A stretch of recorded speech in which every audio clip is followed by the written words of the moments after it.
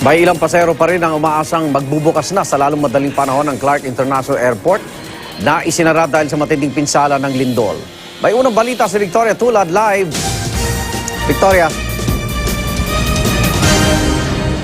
Igan, tuloy-tuloy pa rin nga yung pagdating ng mga pasahero dito sa Clark International Airport sa Pampanga kahit pa inanunsyo na kahapon yung pagsasara nito dahil sa pagtama ng magnitude 6.1 na lindol. Sa ngayon nga ay may mga dumarating pang pasahero na nagsasabi na hindi nila nabalitaan yung pag-aanunsyong ito kahapon kaya dumating sila ngayon. Meron din namang nakakaalam na kanselado ang mga flight pero sadyang umaasa na magbubukas na ang mga ito para umabot sa kanilang appointment sa probinsya. Paliwanag sa kanila ng airline staff pagkatapos ng nabanggit na 24 oras na palugit ay doon palang maglalabas ng panibagong advisory ang airport at posibleng mapatagal pa ang pagsasara ng paliparan. Sa ngayon, matyaga pa rin naghihintay ang marami sa ating mga kababayan dito. Humihingi naman ng pangunawa ang mga airline staff. Alam daw nila na mahirap matawagan ang kanilang mga call center sa ngayon dahil sa rami ng mga tumatawag.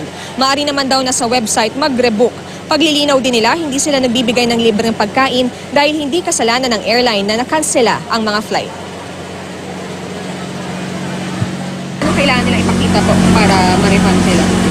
They can just provide yung ticket number or yung record nila or their name naman po.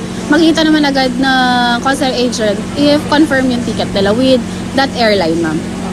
Kung apektado sila. Igan ngayong alas 7:30 ng umaga ay nakatakdang magkaroon naman ng press conference ang pamunuan nitong Clark International Airport. At yan muna ang latest mula sa Pampanga. Balik sa inyo, Igan. Maraming salamat, Victoria Tulad.